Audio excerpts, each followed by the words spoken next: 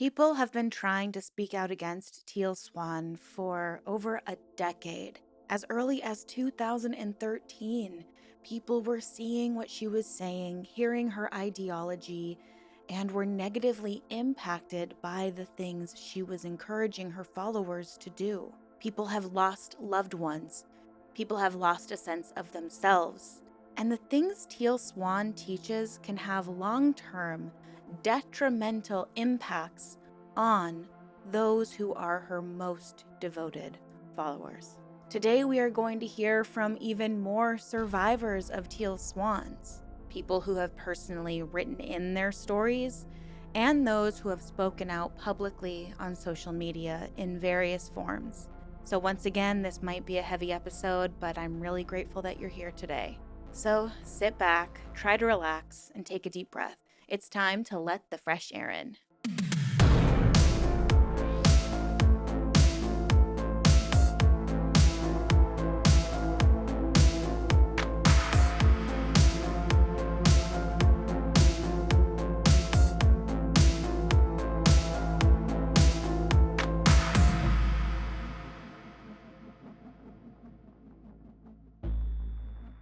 Hi, everyone. Welcome back, or welcome if you're new. I hope you are having a great day so far. My name is Erin, and I am fascinated by all things cult, true crime, and really just human behavior in general. I am so happy to have you here. And if you like this kind of thing too, I would love to see you again. So please consider subscribing. It's so great to see all of your comments and commentary down below. And I just love that we are able to respectfully debate each other in the comments. This has been such an incredible series. Your support has been so wonderful, so overwhelming, and I'm so grateful you all wanted another episode. I was ready to quit after last week. Things have just gotten so heavy, but thanks to your support, I am here ready to share more survivor stories. Now, before we jump into today's video, I want to take a moment to thank today's sponsor, Aura. I am a highly anxious person, and with that anxiety comes just a touch of paranoia.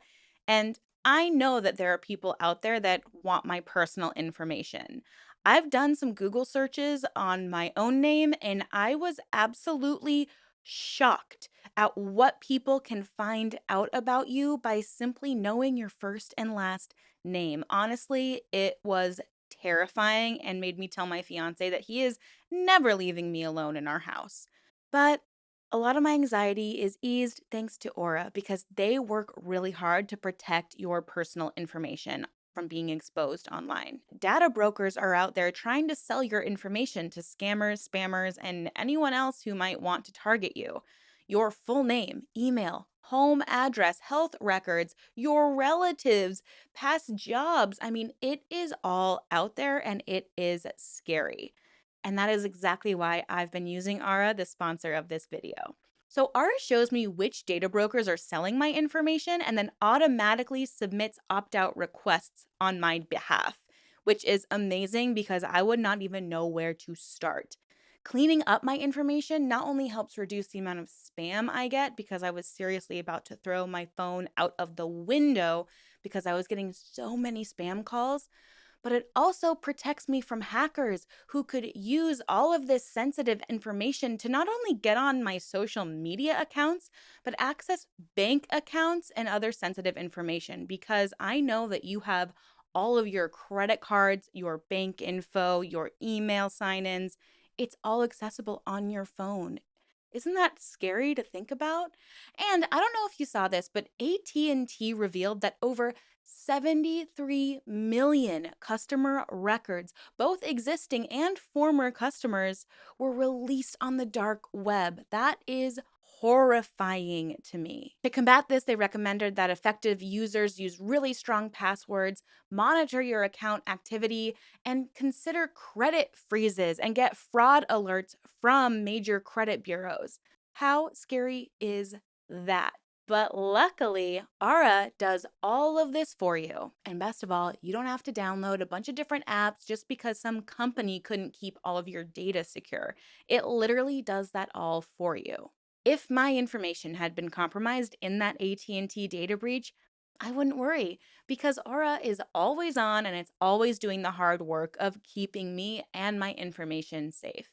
I really value my privacy and I value yours. So, if you're a little hesitant and you just want to check it out for yourself, you can get a 14-day free trial with Aura. Just use my link, aura.com/ let the fresh Erin. It's so easy to feel helpless when all of our personal information is out there on the internet. But get a better sense of security by helping stop data brokers even getting any access to your information by trying out Aura. You can get those 2 free weeks by clicking the link that's in my description. I want to say thank you so much to Aura for sponsoring this video, and extra special thanks to all of my subscribers and supporters because I would not get opportunities like this if it wasn't for you. Thanks again, and let me know how you like your free trial. Before we jump into these stories, I do want to offer a disclaimer. This video is for entertainment purposes only. It is not meant to malign anyone from any group, entity, person, belief, or organization. I have permission to share these stories, or they are publicly available on the internet to share. I share my opinion, so please don't take anything as fact. And remember to always do your own research and come to your own conclusions. And with that, let's jump right in to the first story. Today, I'd like to start with one of your stories that you personally emailed me, and this person did give me permission to share their experience with Teal Swan. So, without further ado, let's jump right into it. I've never shared my story of Teal outside of therapy or friends. I was a devoted follower of Teal Swan from 2015 to late 2020. I've been on and off wary, cautious follower since then. I was recommended her videos by a therapist I was seeing at the time in 2015. While I was never part of her inner circle, I would consider myself in Teal's periphery. I volunteered at several of her workshops, was invited on stage to ask questions at 2 of them, and to be a part of demonstrations at 2. I was also called on stage at another one as I was the best match to a girl who needed a friend.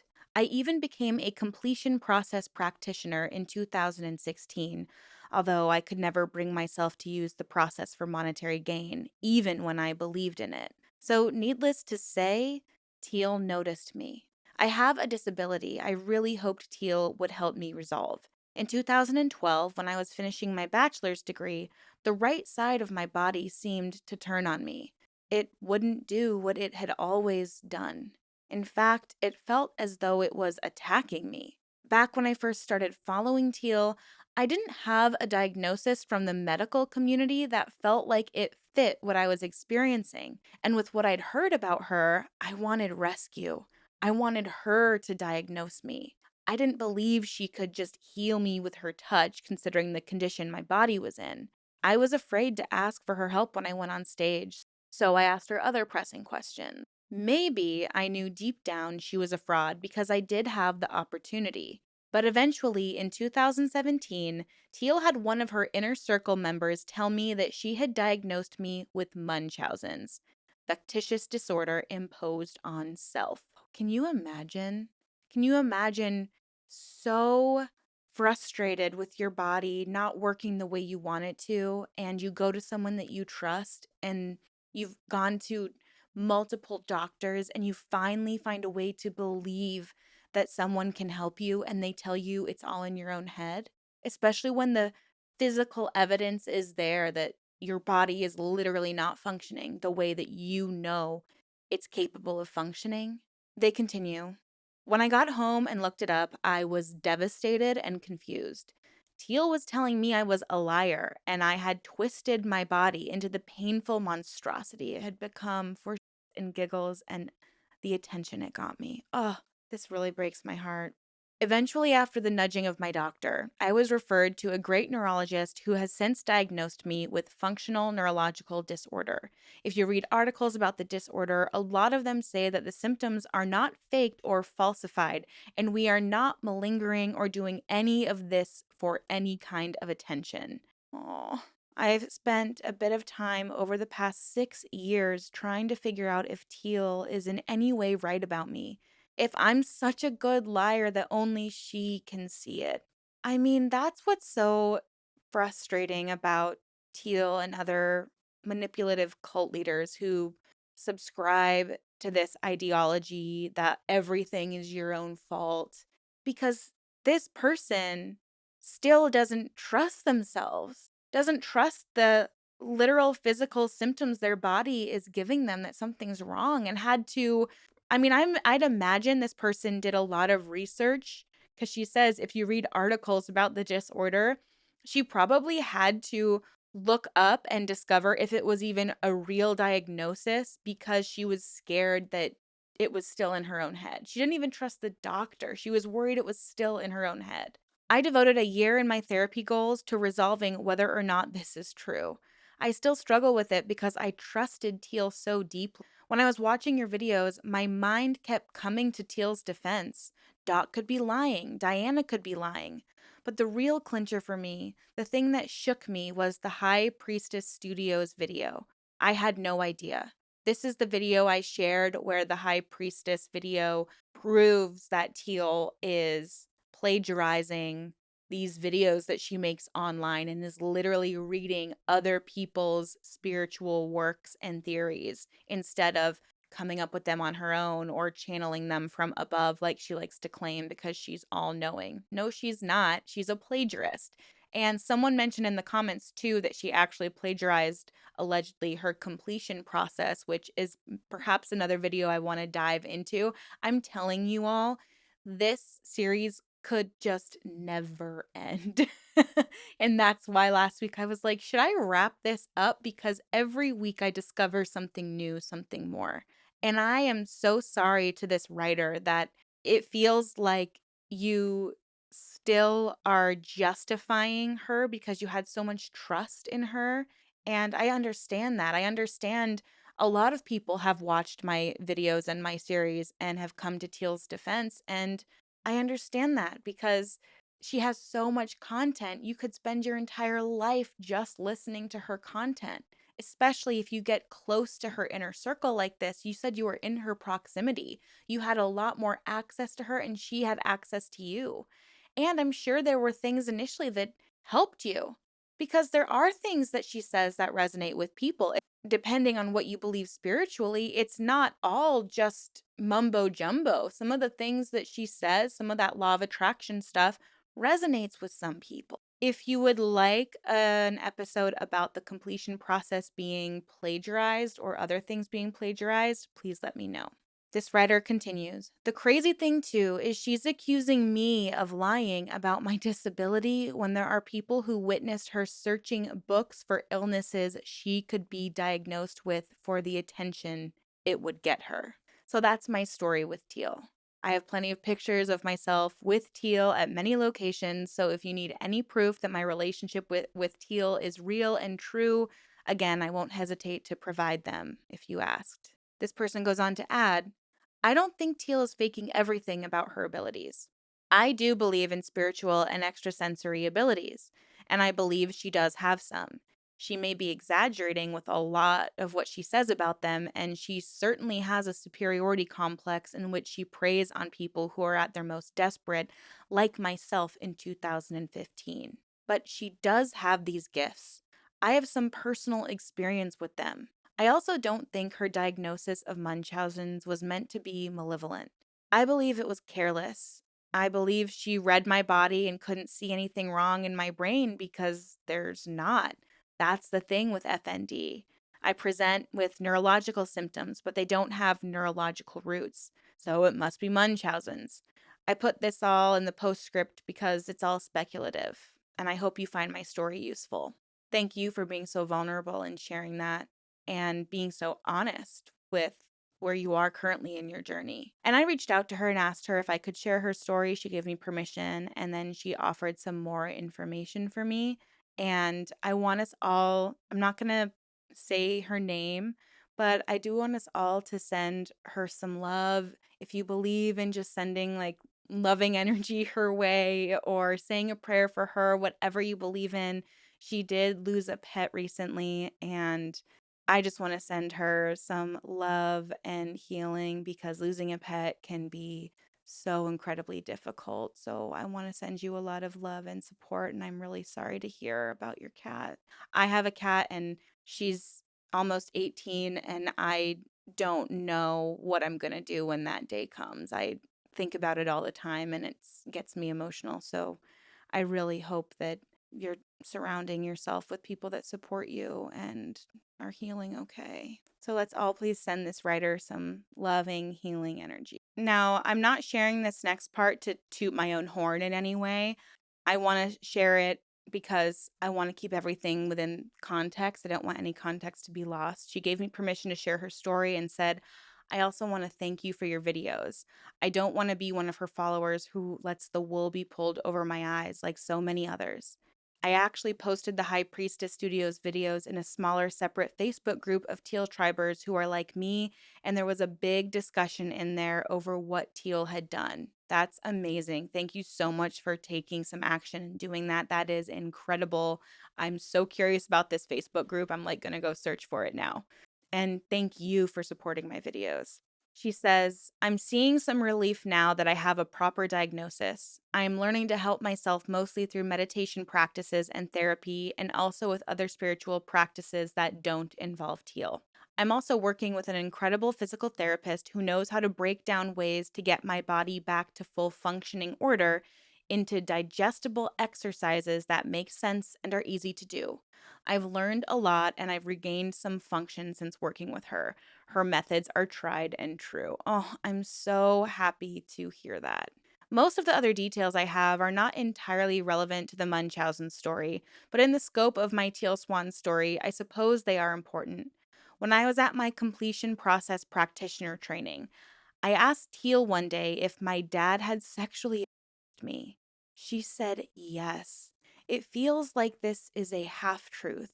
When I was 9, just after my parents split up, my dad showed me pornographic pictures of his breasts. My dad was trans.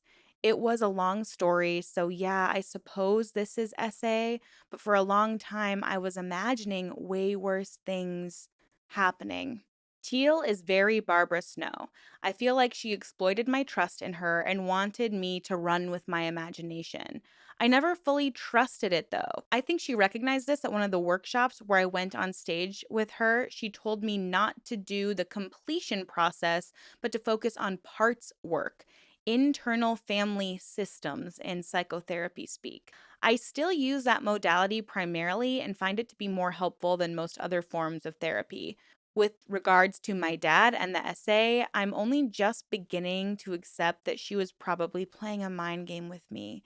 And I've teetered between believing my dad had touched me or worse and what I actually remember happening. Gosh, that has to be so confusing and challenging and devastating to you, and how you see your father, how you interact with your father. It must be so confusing to have thought that initially and try to figure out if it really happened, start believing that it really happened, and then start discovering that maybe it actually didn't happen. It has to be so difficult.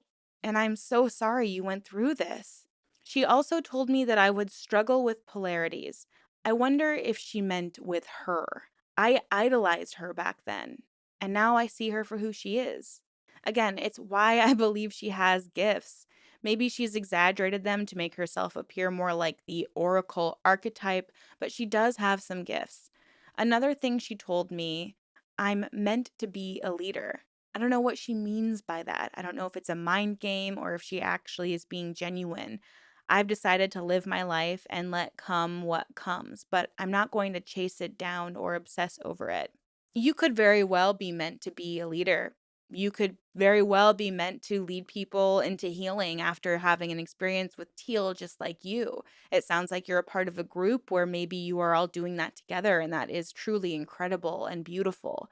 However, I do want to say that this is a cult tactic as well. The leader will sense perhaps that you are resisting them, and then start telling you how special you are, how important you are, what they believe you're meant to be. They have successfully broken you down so that they can be the ones to build you back up so that it maintains a dependency that you would have on them. Because now all of a sudden they believe in you. They think you're a leader. They think you're special. You have more purpose on this earth. You are important. You're important to them, this person you've idolized for years. And that's not to say that she was wrong that you won't be a leader, but it is a tactic, just as from an educational standpoint. This is a tactic that cult leaders do use in order to further manipulate their followers into staying, especially and most specifically when someone is teetering on that edge of wanting to leave the group. This could be what was going on, but it could also be true that you would make a great leader. I mean, you took initiative to write me this email that shows that you do have an ability to take action and lead. So I really appreciate that here. Another detail, I asked her once if something I see, a phenomenon known as a visual snow, if you want to look into it a little, is an extrasensory gift, and she said that yes, it was. I do agree with her assessment of this. I can explain further, but it's not necessary for my story. So if you ask, I will. What drew me into her work is that she's talking about psychology at a depth no one else seems willing to go to. With Teal's videos on unaliving, for example, what she was saying about it being a reset was that it wasn't worth hurting yourself because you just end up back here on Earth anyway. Why bother unaliving yourself if you're going to end up back in the same place you started at? You may as well just live your life and try to make the best of it. That video really helped me through some dark times. Interesting. I think people misinterpret the message of the video when they don't understand the pain you have to be in order to watch it and feel it. I do feel sometimes that Tila is treated unfairly, and this is one of those cases. I've never heard this take. I think it's important to look at all sides of a situation. So I really appreciate and honor your opinion. I think it is concerning, though. I can also see the other side where someone feels encouraged to do it from her video because people have been encouraged to do it. I just want to make that abundantly clear that that's my personal opinion on it. The first problem I had with Teal, the reason I stepped away from her content originally, is that every week there's this new awful thing in the world that demands our attention. And this one thing is so overwhelming. And this one thing gets added to last week's thing, which was overwhelming. And then next week comes and adds a new overwhelming thing to last week's thing and the week before's. I understand now it's a part of the beast of YouTube's algorithm, but also Teal is catering her content to people who are fragile. I agree. I got so overburdened by the concepts that Teal was teaching and trying not to be these awful things. When I finally stepped away and could breathe, my relationships actually got better, not worse. And Teal teaches primarily about relationships. Good. I'm so glad to hear that your relationships got better and you have more support around you now. Something I've realized in the time since I watched your videos is that Teal is a fraud, a liar, a thief. She is gaslighting her followers into believing she has written every single word of her content. She handled the copyright infringement claims almost silently. I had no idea until I watched your video that any of this had happened. I imagine no one in Teal Tribe knows about it, other than the small group I showed the video to. The likely reason this was handled so quietly is because it would validate so many people's claims about her, and she doesn't want that. If it leaked to the wrong people, Teal's career would be over. And she has the audacity to call me a liar for my valid illness while she's out there plagiarizing a smaller, more obscure author to boost her fame. It just does not compute. Thank you for your time. Oh, I appreciate your kindness and your research and commitment to the truth. Thank you. Thank you so much. And the audacity, indeed. The audacity. I'm so glad that you're starting to consider multiple points of view, and I respect and honor where you're at in your healing journey. It takes time. It takes a lot of time, and not that you need any validation from me, but it seems to me like you are on the exact right path, and that makes me really, really happy to hear. And I really wish you well in the rest of your healing journey. On Reddit, there is a treasure trove of people speaking out and sharing their perspectives and points of view. So I wanted to share some of their stories here. Story number one. I just finished watching The Deep End on Hulu, which got me interested in hearing from others who have been in her inner circle. What I'm finding out is horrifying. I met Teal at the Cosmic Spiral in Salt Lake in 2011. I was in a very vulnerable place in my life at that point, having left the Mormon church 4 years earlier. I was in my early 20s and I believed in some hoochie woochie new age beliefs at that time, having a few friends who were in that community. At the moment I met her, I was going through a bit of a heartbreak and was emotionally confused. She swooped in like the predator she is and spent hours talking down to me, making me feel like shit, making me question my parents' love, etc., and not really giving me any useful guidance. She even gave me a ride home that night, and we sat in the driveway talking for another half an hour. I kept thinking she was going to initiate a kiss since I couldn't read this woman, but she had gone so far out of her way to drive me home and act like she cared about my problems, and specifically told me she didn't think I should be in the relationship I was in at the time. I could take a hint. I couldn't decide what I thought of her other than that she was really intense.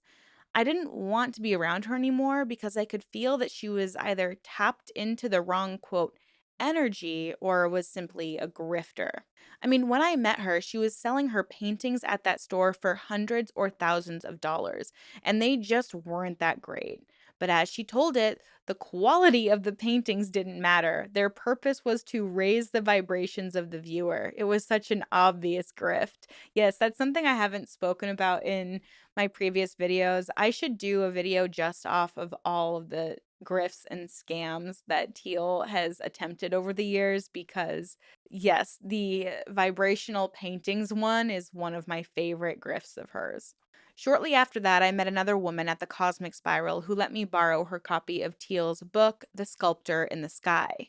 What immediately threw me off about it was that the woman who gave it to me had marked it up more than any devout Mormon I'd ever known had marked up their scriptures. And I grew up Mormon in Davis County, lol. Those of you who know. She had color coded everything with a highlighter, filled the margins with notes, and even had over a dozen stick it note tabs marking significant pages. Almost everything in the book was highlighted with some different color, lol. So, red flag galore. Yes, that person's really treating her book like the Bible. But as I began reading the book, the highlighting and notes took on a more sinister character as I was immediately walked through her backstory of being a victim of horrific satanic ritual as a teenager. I don't recall exactly what elements of her story she included in that book since I've read more from other sources, but she says that she was kidnapped and by dozens of men on a daily basis, that she was tortured, made to eat feces, was once sewn into a corpse, like inside it as an 8-year old, and she watched children be butchered and dismembered in front of her, that she was made to have sex with a corpse, etc., etc. She even says, and personally, as Erin, this comment drives me crazy. She says that Holocaust victims have nothing on me. You can't believe it, can you? Reading that just blew my mind. Teal had mentioned some of this when we had talked in person, but the way she told it in person sounded sort of plausible. When I saw it all laid out in black and white, my thought was, how in the world do people believe in this stuff? I didn't finish the book and tried to give it back to the woman who loaned it to me, but she insisted I keep it, saying she knew it would change my life as it changed hers. A couple of years later, Teal added me on Facebook and messaged me to catch up.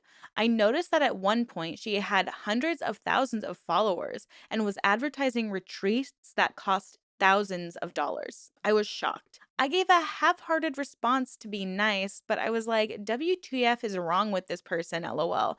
Why are so many people taking her seriously? It was years later that I found out she had led people to commit with her practice of implanting false memories of ritual in her followers and encouraging them to cut off ties with their family. I saw this kind of behavior exhibited in person. Within hours of me talking to her wanting relationship advice, she was telling me my parents didn't love me and that I had been traumatized in some way. That's absolutely wild. Wild. This is story number 2. I've been aware of Teal for almost a decade since I attended a friend's funeral who had died by. She had been doing the spiritual counseling with Teal as her guru. Teal knew she was suicidal, did nothing, and told her that suicide was a valid choice because her soul had chosen to experience this life and was ready for the next incarnation. And I want to speak up here and respond because this is exactly why what she teaches regarding unaliving is so problematic. Because we heard in that first story that for some people it does resonate because, well, they don't want to unalive themselves and end up right back where they are in the next incarnation. But Teal has also told people, well, oh, it's a valid choice if your soul is ready to move on. And it has led to people passing away.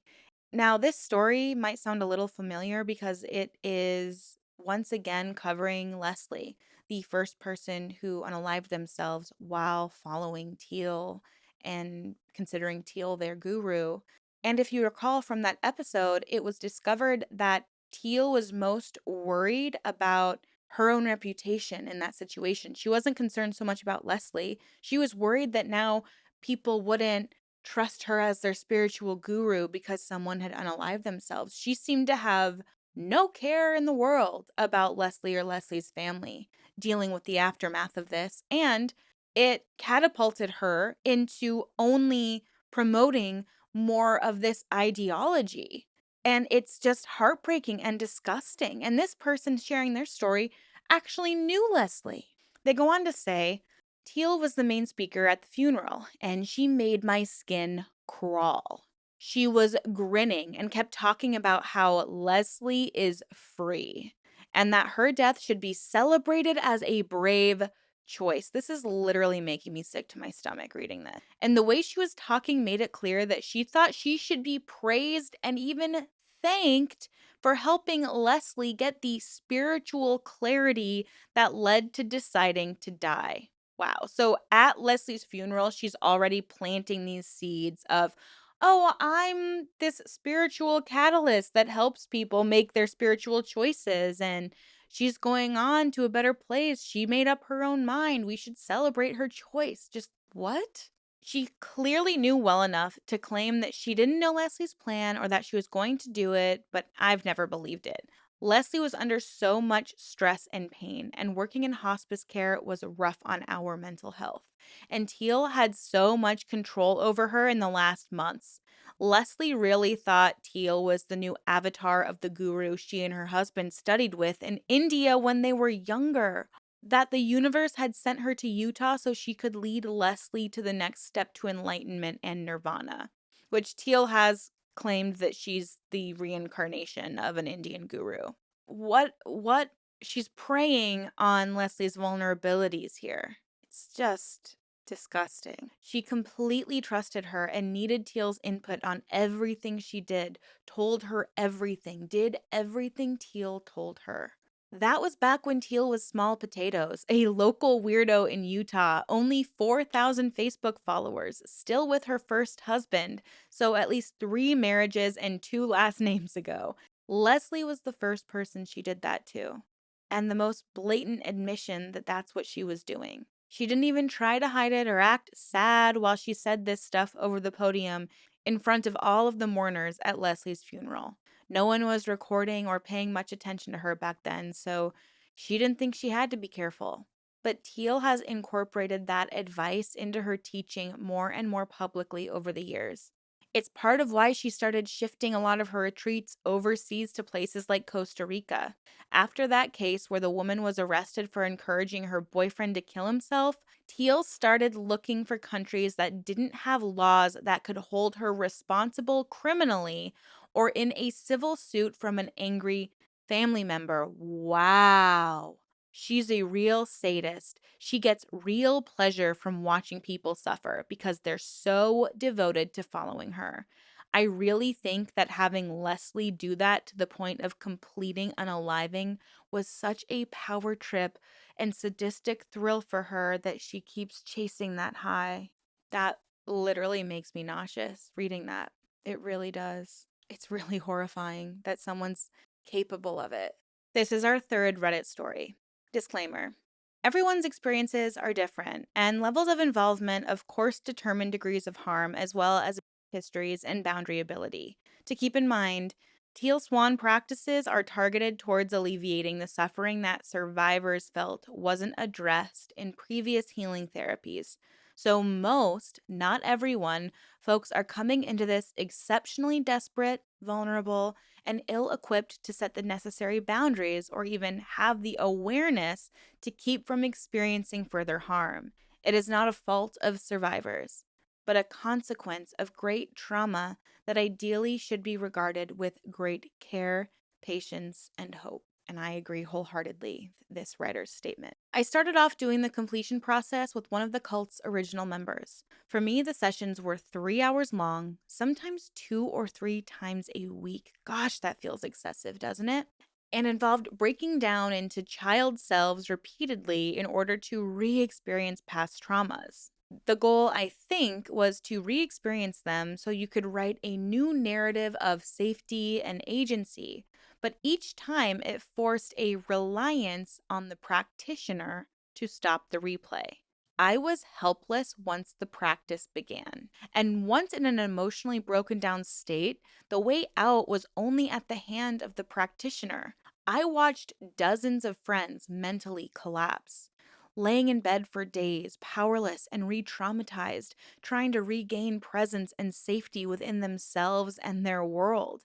Everyone was worse and needed another session to make it better. Not just it gets worse before it gets better, which was said, but with each session, after a year and a half, I felt considerably more codependent and wanted to unalive myself than before.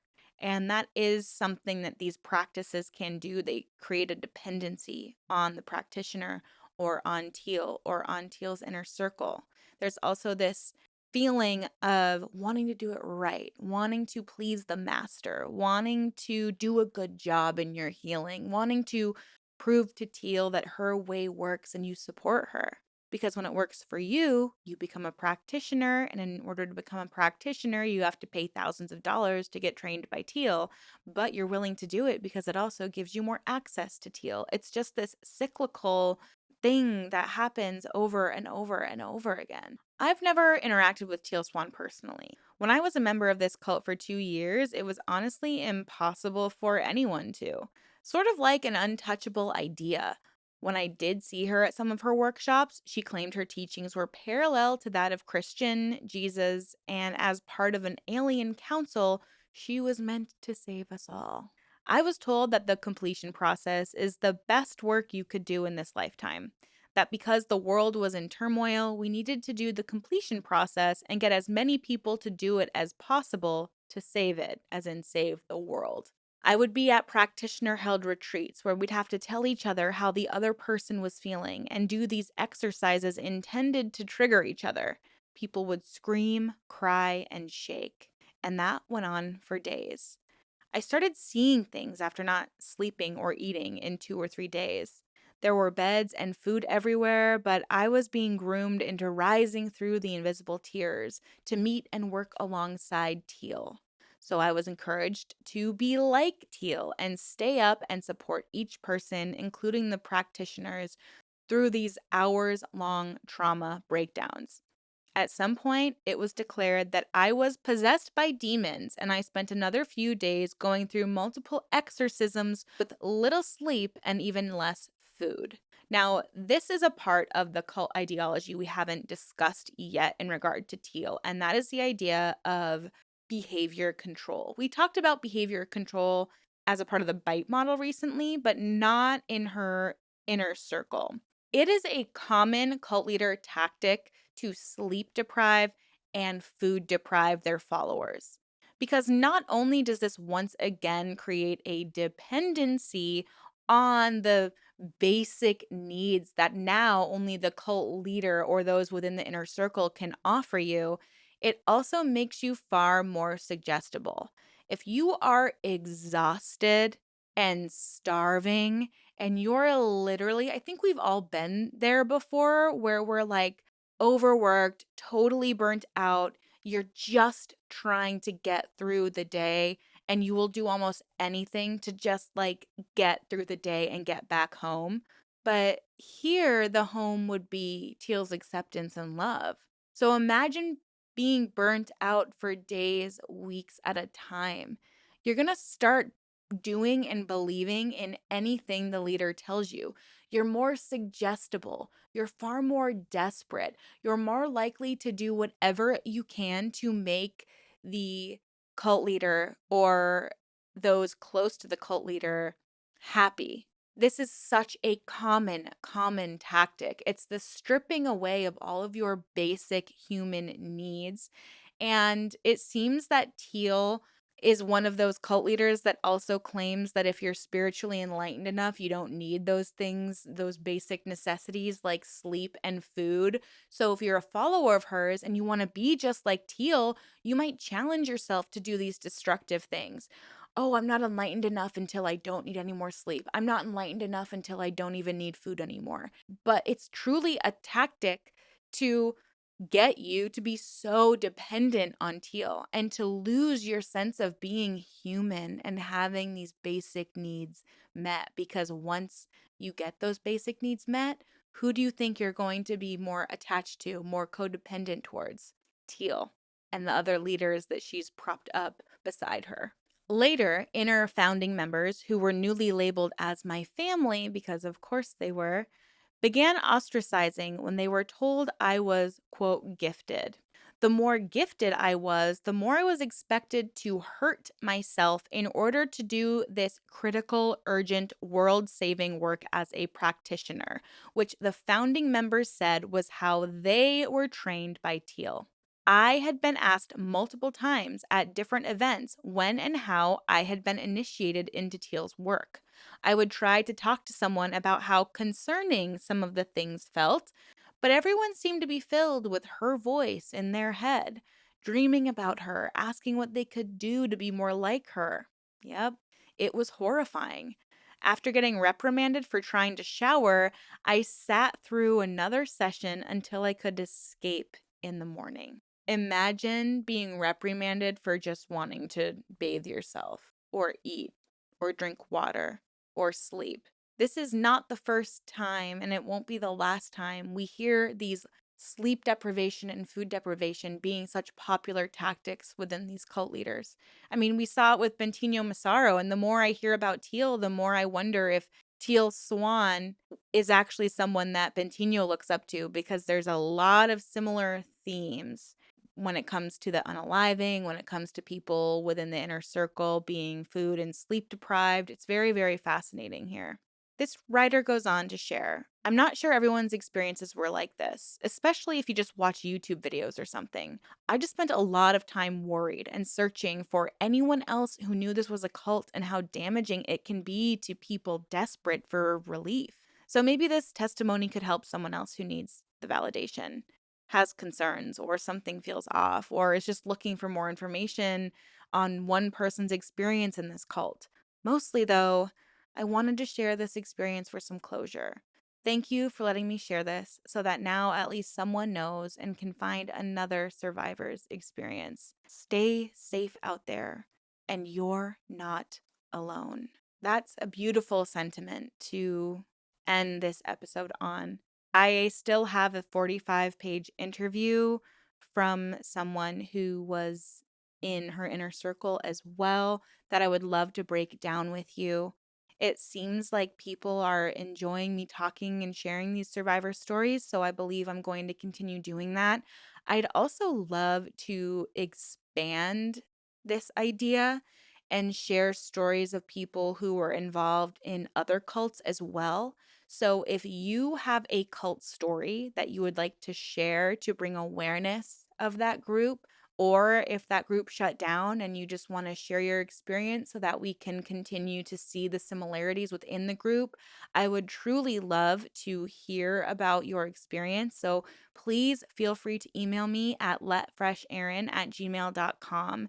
And I would be so grateful to share your story and give you whatever support I can provide or offer you. I'm eager to hear everyone's reactions to these stories down in the comments below. I do just ask that we keep it very respectful. There are a lot of polarizing opinions on this, and we don't need to be personally attacking each other in the comments. My channel is focused on creating awareness and a dialogue, but I want to keep that dialogue respectful. When we're critically thinking, it's important to consider both sides, all sides of a person's behavior, of what we're learning.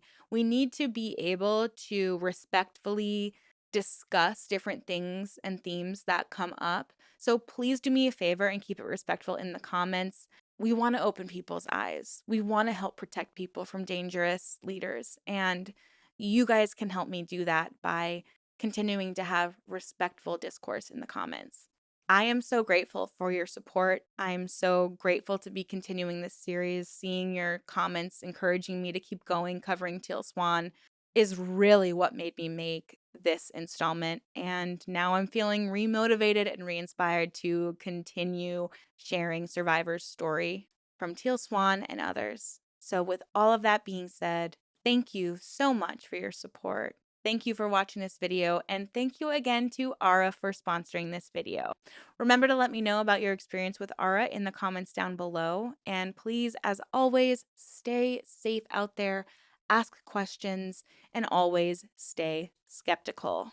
Thank you all so much again, and I'll see you very soon. Bye.